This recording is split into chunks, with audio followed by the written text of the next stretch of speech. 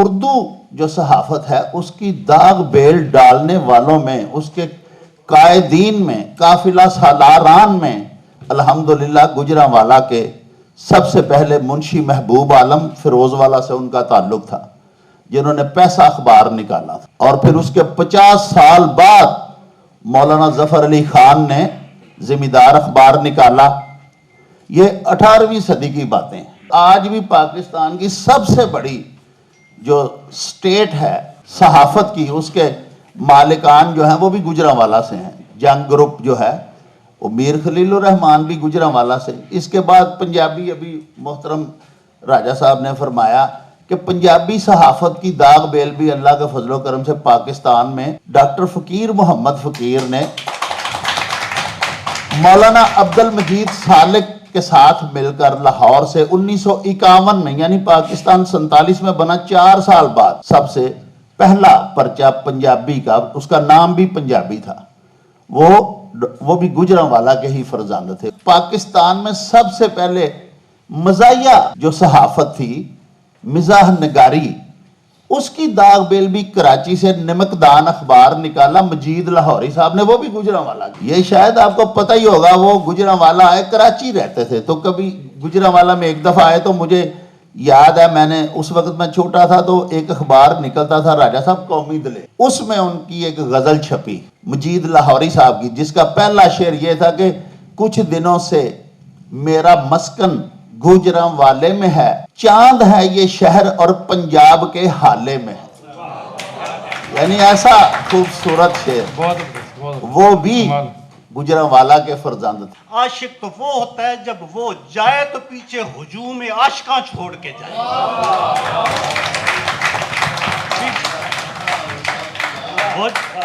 وہ جب جائے تو اس میں سے ہر بندہ ایک انجمن بنا کے جائے، وہ جب جائے تو پیچھے ہر کوئی اتنا ہلکا چھوڑ کے جائے کہ جو اس کی اس شمع کو جلاتے چلے جائیں، جو اس کے پیغام کو پھیلاتے چلے جائیں، جو اس کی محبت کو بانٹتے چلے جائیں۔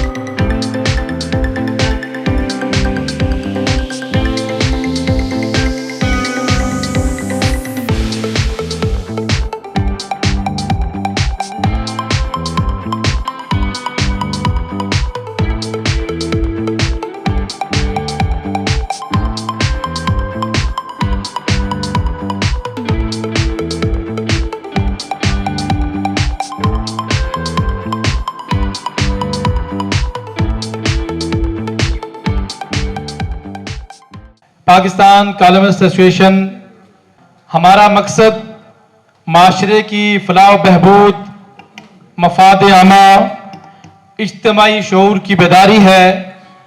پاکستان کالمسٹ ایسوسیشن چاہتی ہے کہ معاشرے میں ظلم و بربریت اور ناانصافی کا خاتمہ ہو، اہل اقتدار اور اہل علم سے مل کے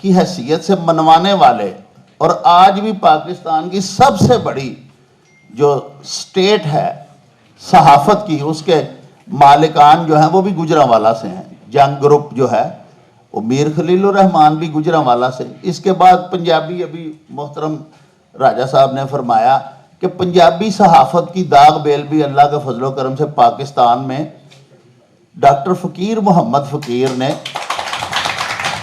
مولانا عبد المجید سالک کے ساتھ مل کر لاہور سے 1951 میں، یعنی پاکستان 47 میں بنا 4 سال بعد، سب سے پہلا پرچہ پنجابی کا، اس کا نام بھی پنجابی تھا، وہ بھی گجرانوالہ کے ہی فرزند تھے۔ اس کے بعد آج بھی اللہ کے فضل و کرم سے مدثر اقبال بٹ صاحب پلیکھا نکال رہے ہیں، وہ بھی گجرانوالہ کے فرزند ہیں۔ ایک اور آپ کے کائنڈ نوٹس میں یہ بات لاتا چلوں کہ پاکستان میں سب سے پہلے مزاحیہ جو صحافت تھی، مزاح نگاری، اس کی داغ بیل بھی کراچی سے نمکدان اخبار نکالا مجید لاہوری صاحب نے، وہ بھی گجرانوالہ کے تھے۔ یہ شاید آپ کو پتہ ہی ہوگا، وہ گجرانوالہ آئے، کراچی رہتے تھے، تو کبھی گجرانوالہ میں ایک دفعہ آئے تو مجھے یاد ہے، میں نے اس وقت میں چھوٹا تھا تو ایک اخبار نکلتا تھا راجہ صاحب قومی دلیر، اس میں ان کی ایک غزل چھپی مجید لاہوری صاحب کی، جس کا پہلا شعر یہ تھا کہ کچھ دنوں سے میرا مسکن گجرانوالے میں ہے، چاند ہے یہ شہر اور پنجاب کے حالے میں ہے۔ یعنی ایسا خوبصورت شعر، وہ بھی گجرانوالہ کے فرزند تھے۔ اور آپ سب جو یہاں آج ماشاءاللہ تشریف فرما ہیں، آپ بھی فرزندان گجرانوالہ ہیں۔ صرف ایک میں آپ کی خدمت میں یہ عرض کرنا چاہوں گا کہ اللہ پاک نے آپ کو علم دیا ہوا ہے۔ اللہ پاک قرآن پاک میں فرماتے ہیں مَن یُؤْتِ الْحِکْمَةَ فَقَدْ أُوتِیَ خَیْرًا کثیرا، جس کو میں نے علم دے دیا اس کو ہر چیز ہی میں نے دے دی، خیر کثیر دے دی۔ یہ قرآن پاک میں اللہ رب العزت فرما رہے ہیں، میں آپ کے سامنے صرف بیان کرنے کی سعادت حاصل کر رہا ہوں۔ یہ کسی آپ حافظ قرآن صاحب سے، شارح قرآن صاحب سے پوچھ لیجئے گا۔ نبی وہ پیارے لوگ ہوئے ہیں جو اللہ پاک کی خبریں ہم تک پہنچاتے تھے۔ تو یہ صحافت جو ہے نا جی، ایک تو میں یہ عرض کرنا چاہتا ہوں دست بستہ کہ یہ پیغمبری کام ہے، پیغمبروں کا پیشہ ہے، یہ انہوں نے اختیار کیا، ایک بات۔ دوسرا یہ ہے کہ جب ہم کسی بندے کے بارے میں کچھ کسی کا تذکرہ کرتے ہیں، مثال کے طور پہ میں کہتا ہوں کہ گجرانوالہ چیمبر آف کامرس کے پریزیڈنٹ صاحب، میں نے صرف اتنا ہی کہا ہے کہ گجرانوالہ چیمبر آف کامرس کا صدر، یہ میں نے کہا ہے نا، تو آپ جتنے میرے پیارے احباب بیٹھے ہو نا، آپ کے ذہن میں ایک پورٹریٹ آئے گا، ایک تصور آئے گا کہ یار وہ جو گجرانوالہ چیمبر آف کامرس کا صدر ہے، وہ ماشاءاللہ سارے گجرانوالہ کے جتنے صنعت کار ہیں وہ ان کا قائد ہوگا، ان کا سرخیل ہوگا، ان کا لیڈر ہوگا، وہ خود بھی کوئی بڑا صنعت کار ہوگا، وہ ساری چیزیں ہوں گی تو پھر ہی وہ صدر بن گیا نا۔ کوئی گھر سے ایک دم سے میرے جیسا اٹھ کے تو نہیں بن گیا نا جی، وہ ایک شبیہ قائم ہوتی ہے۔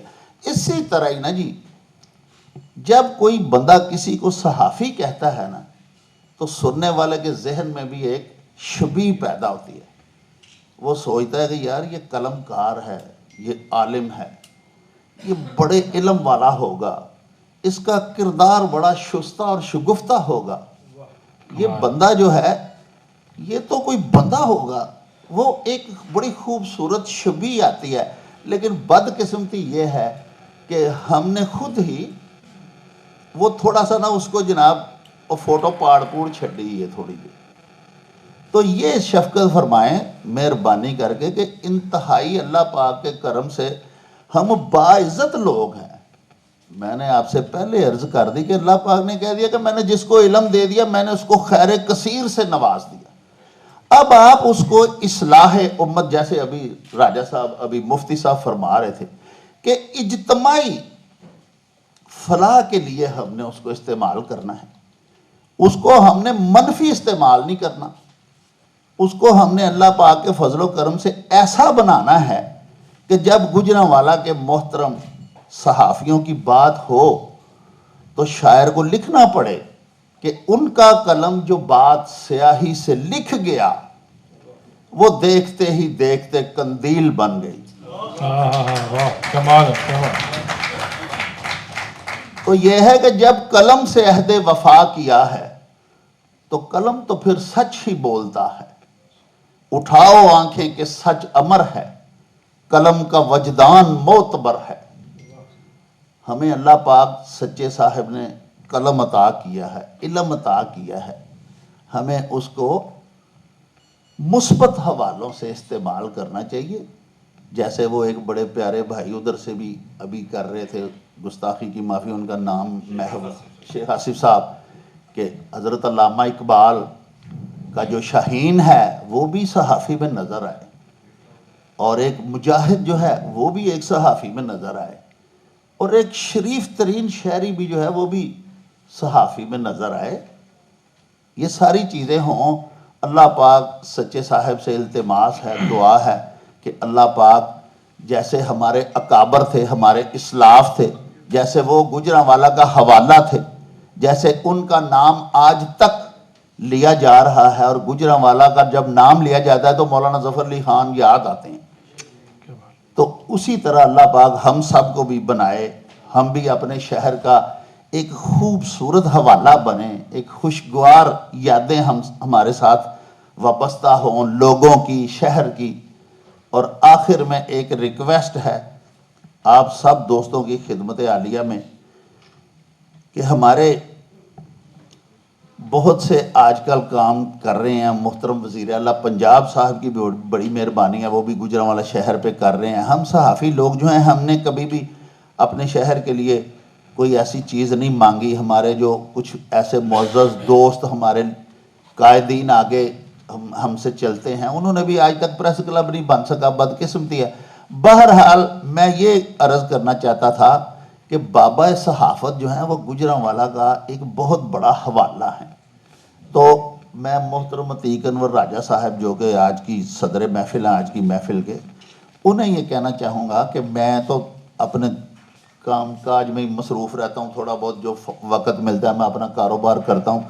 آپ ماشاءاللہ مختلف فورمز پہ ملاقاتیں کرتے ہیں. حضور بابا صحافت جو ہیں ان کا جو مزار ہے اس کو ایک زبردست شکل دینی چاہیے گورنمنٹ کو، اور وہاں پہ ایک لائبریری بننی چاہیے. وہاں صحافیوں کے لیے ایسا کوئی بیٹھنے کی کوئی ایسی نشستگاہ ہونی چاہیے جہاں پہ جا کے لوگ بیٹھیں. ہم چھوٹے تھے جب ہم جوان تھے، آپ میں سے تو بہت سارے لوگ جو ہیں وہ ہمارے بچوں جیسے ہیں، اور جو میری عمر کے ہیں وہ جانتے ہیں کہ گجرانوالہ میں ماشاءاللہ بڑی زبردست لائبریریاں ہوا کرتی تھیں.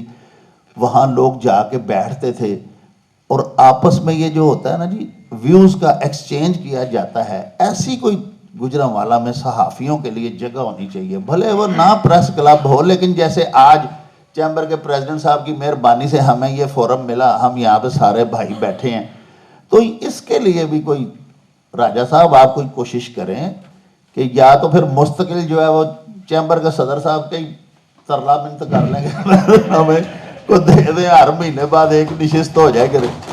تو یا جناب کوئی آپ جو ہے نا جی آقا اپنے کالموں میں بھی مطالبہ کریں، اور جب کسی سے ملتے ہیں تو اسے یہ کہیں کہ گجرانوالہ جو ہے یہ صحافت کے حوالے سے بڑا زرخیز اور بڑا رچ یہ سٹی ہے، اس کی بڑی ایک حوالہ ہے، اس کی تابناک تاریخ ہے. تو اس کو اس کے لیول کے مطابق نا جی اس کے سٹیٹس کے مطابق یہاں پہ کوئی ایسا صحافیوں سے وابستہ بھی کوئی ایک بلڈنگ ہو، یا وہاں پہ کوئی ایسے کوئی علم دوست لوگ آ کے بیٹھیں، دانشور وہاں پہ آئیں، کوئی ڈسکشنز ہوں، گروپ ڈسکشنز ہوں. اس پہ بھی پلیز غور کیجئے، کیونکہ میں نااہل صحیح، میں اگر تھوڑا کم علم ہوں، مجھے کوئی ایسی جگہ تو ملے جہاں مجھ سے زیادہ علم والے بیٹھے ہوں، آ کے وہاں پہ بیٹھتے ہوں. میں جا کے وہاں بیٹھا کروں گا، میں ان کی صحبت میں بیٹھ کے میں بھی علمی حوالے سے امیر ہو جاؤں گا. ٹھیک ہے نا؟ تو یہاں پہ ایسا کوئی فورم نہیں ہے. باخدا ہم تو اب شام چراغ سحری والا صاحب ہے، شام زندگی کی ہوئی پڑی ہے. آج بھی سوچتے ہیں کہ یار اگر لاہور میں رہتے، آپ دیکھیں کہ وہاں پہ کس کس قسم کے لوگ تھے. وہاں پہ فٹ پاتھوں پہ جو فقیر بیٹھے ہوتے تھے ان کا نام بھی ساغر صدیقی تھا. آپ دیکھیں یہاں سر اتنے بڑے لوگ ہیں، یہ نہیں کہ نہیں ہے، یہ گجرانوالہ کی دھرتی کوئی اپنے ذہین ترین فرزندان کے حوالے سے کوئی بانج نہیں ہے. مسئلہ یہ ہے کہ کتھے جا کے کنوں ملیے، کتھے بئیے. کوئی ایسا فورم نہیں. دیکھیں نا لاہور میں ٹی ہاؤس ہی ہے، ادھر کپورتھلا ہوٹل ہوا کرتا تھا اسٹیشن کے باہر. جب پرانا اسٹیشن چلتا تھا خدا کی قسم پلیٹ فارم پہ میں نے خود دیکھا ہے، پروفیسر انور مسعود صاحب ایک دن وہاں پہ اترے ٹرین سے، دلدار پرویز بھٹی صاحب، یہ بڑے بڑے لوگ یہاں پہ بیٹھتے تھے، رفیق تارک جسٹس وہاں پہ ہم نے دیکھا ہے بیٹھتے ہوتے تھے. اب کوئی ایسی جگہ نہیں ہے ہمارے پورے شہر میں جہاں پہ کوئی ایسا کچھ ہو نا جی. لائبریری اب دیکھیں آپ فارغ اوپر پڑی ہے، اس کا کچھ حصہ ہمیں دے دیں. تو یہاں تو بندے کے لیے نا کتھارسس ہونے کے لیے بھی کوئی جگہ نہیں. بندہ کہاں جائے، کس سے بات کرے؟ ایک دوسرے سے ہماری واقفیت اور آشنائی نہیں ہے. سر کیوں اللہ پاک نے فرمایا کہ جماعت کے ساتھ نماز پڑھو، جماعت کے ساتھ، تاکہ وہ دیکھیں نا ایک بندہ نہیں آتا ظہر کی نماز پڑھنے کے لیے تو دوسرے متفکر ہو جاتے ہیں کہ یار بھائی کا پتہ کریں وہ کیوں نہیں آیا، ظہر پہ بھی نہیں آیا، عصر میں بھی نہیں آیا. تو ہم بھی کہیں بیٹھیں، ہمیں ایک دوسرے کے مسائل کا پتہ چلے. یہ دوست بڑی زبردست تقریر کر رہے تھے کہ ہمارے مسائل کیا ہیں ہمیں پتہ کس طرح لگے گا؟ کتے بواں گے، کسی دی سناں گے، میری فریاد تسی سنو گے، تہاڈیاں گلاں باتاں میں سناں گا، پھر ہی پتہ لگے گا نا جی. او کتھے بھئی؟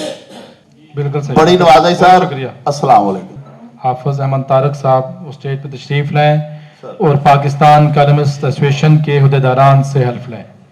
میں حافظ محمد عرفان ولد محمد زمان پاکستان کالمسٹ ایسوسیشن عہدہ اللہ کو حاضر ناظر جان کے عہد کرتا ہوں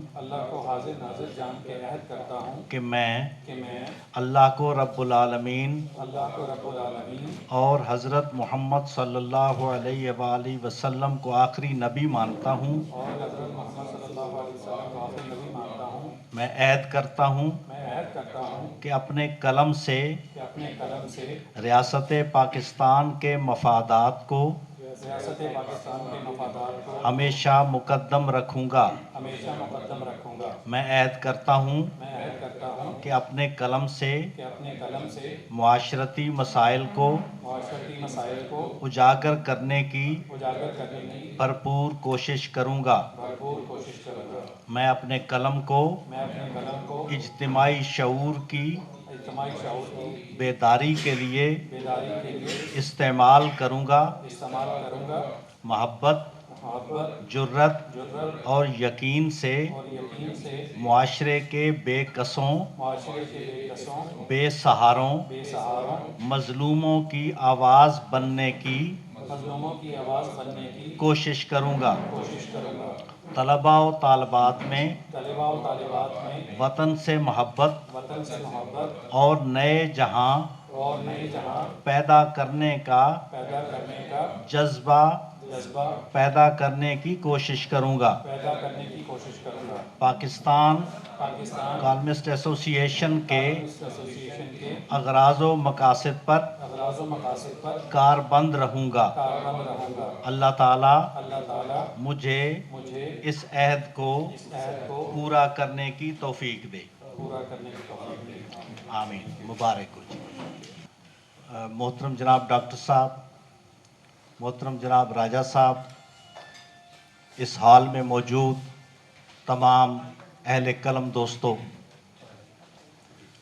کمشنر صاحب کی مصروفیت کی بنا پر مجھے انہوں نے حکم دیا کہ میں آپ جیسے لوگوں کی عظیم محفل میں شرکت کر کے ان کی نمائندگی کروں.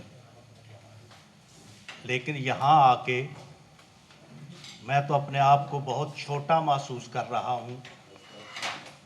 ڈاکٹر صاحب کی گفتگو، اس سے پہلے دیگر تمام احباب جنہوں نے گفتگو فرمائی، انہوں نے میرا ایک تصور بدل کے رکھ دیا ہے.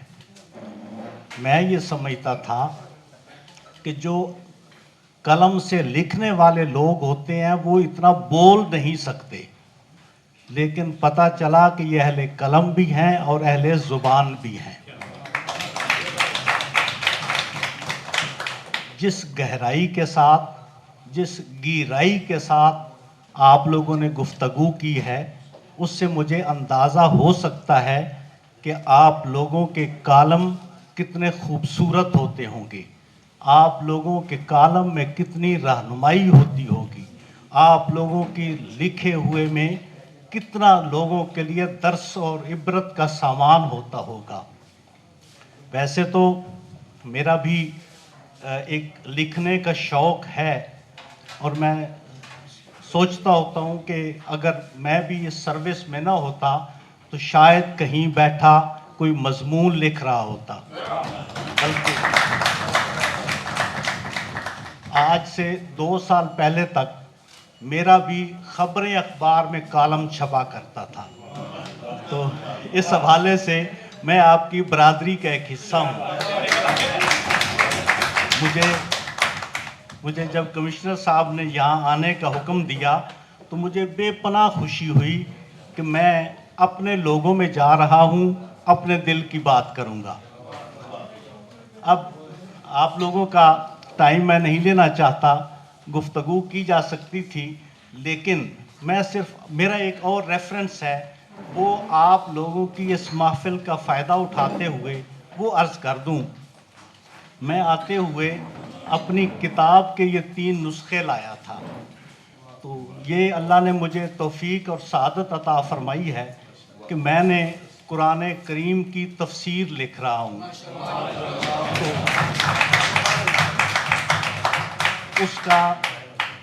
اس کا پہلا جو والیوم تھا 10 پاروں کا، وہ پبلش ہو چکا ہے، دوسرے پہ کام ہو رہا ہے. اب میری اس میں صرف بتانے کی چیز یہ ہے کہ میں نے جب قرآن پاک کی تفسیر پڑھتا تھا علماء کرام کی، تو مجھے یوں پتہ چلتا تھا کہ علماء کرام نے تفسیر لکھی ہے اور علماء کرام کے لیے ہی لکھی ہے. ہم جیسے جو تھوڑے پڑھے ہوئے لوگ ہیں، علماء کرام کے لیے لکھی ہے. ہم جیسے لوگ جو اردو کو کم جانتے ہیں، انہیں اس کی سمجھ نہیں آتی تھی، ان کی لکھی ہوئی اردو کی بھی سمجھ نہیں آتی تھی، اس لیے کہ اس میں عربی اور فارسی کی اصطلاحات اتنی استعمال ہوتی تھیں کہ بہت سے لوگ ان تفسیروں کو شروع کرنے کے بعد ہمت ہار بیٹھتے تھے اور آگے نہیں بڑھ پاتے تھے. میں نے یہ دیکھا کہ آنے والی میری پوری نسل یہ تو انگلش میڈیم ہوتی چلی جا رہی ہے، ہر سکول میں او لیولز اور اے لیولز آ رہے ہیں، ورنہ اردو ویسے ہی ہماری کمزور ہوتی جا رہی ہے، اور جو لوگ باقی آنے والی نسل ہے وہ انگلش کی طرف راغب ہو چکی ہے.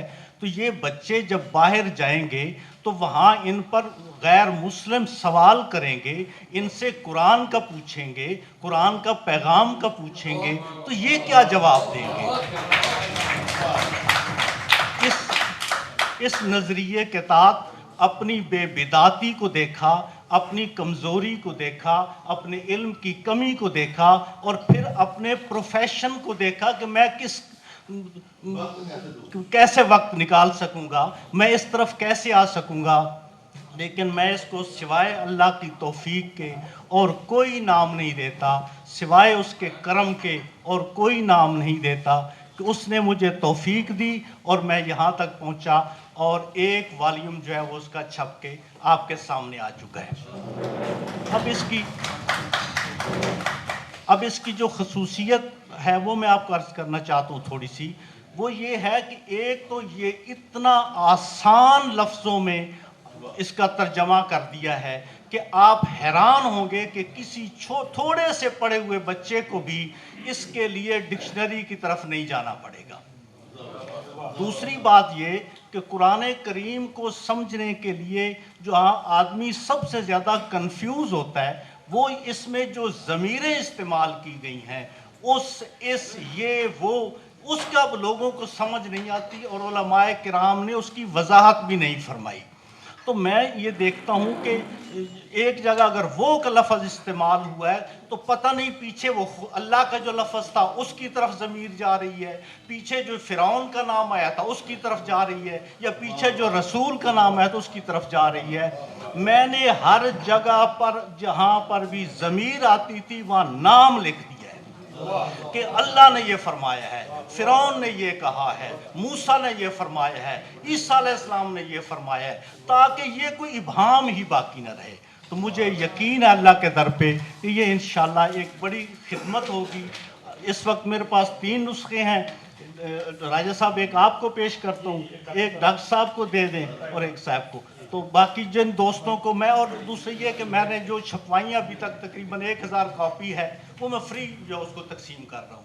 اگر کسی کو اور نسخہ چاہیے ہو وہ میرے آفس میں مجھ سے لے سکتے ہیں۔ تو میں اسی کے ساتھ آپ کا شکریہ بھی ادا کرتا ہوں، آپ لوگوں کے جو قائدین ہیں ان کو مبارک بھی دیتا ہوں۔ اور ایک بات اور، یہاں پر مقاصد کے لیے بات ہو رہی تھی کہ ایک صحافی کا، یہ قلم کار کا مقصد کیا ہوتا ہے، وہ کر کیا سکتا ہے، اس کو کرنا کیا چاہیے۔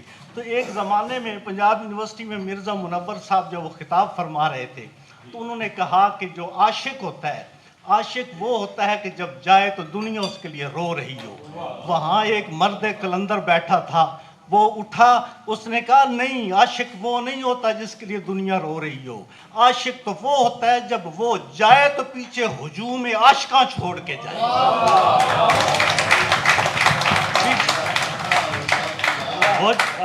وہ جب جائے تو اس میں سے ہر بندہ ایک انجمن بنا کے جائے، وہ جب جائے تو پیچھے ہر کوئی اتنا ہلکا چھوڑ کے جائے کہ جو اس کی اس شمع کو جلاتے چلے جائیں، جو اس کے پیغام کو پھیلاتے چلے جائیں، جو اس کی محبت کو بانٹتے چلے جائیں، وہ ہوتا ہے۔ یہی میرا پیغام، یہی میرا سلام۔ بہت شکریہ آپ سب یہاں پہ آئے، اور میں ہمیشہ یہ کہتا ہوں کہ اللہ کا کرم جب ہو تو اس کی ایک نشانی یہ بھی ہے کہ لوگ آپ سے محبت کرتے ہیں، اور محبت کی نشانی یہ بھی ہے کہ آپ کے رویے بہتر ہونا شروع ہو جائیں۔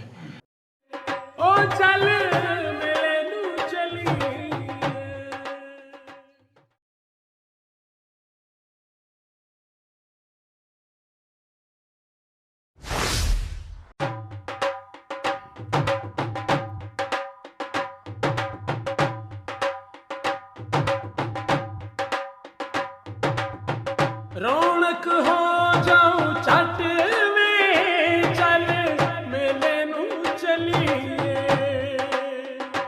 او رونق ہو جاؤ چٹ میں چل میلے نو چلیے،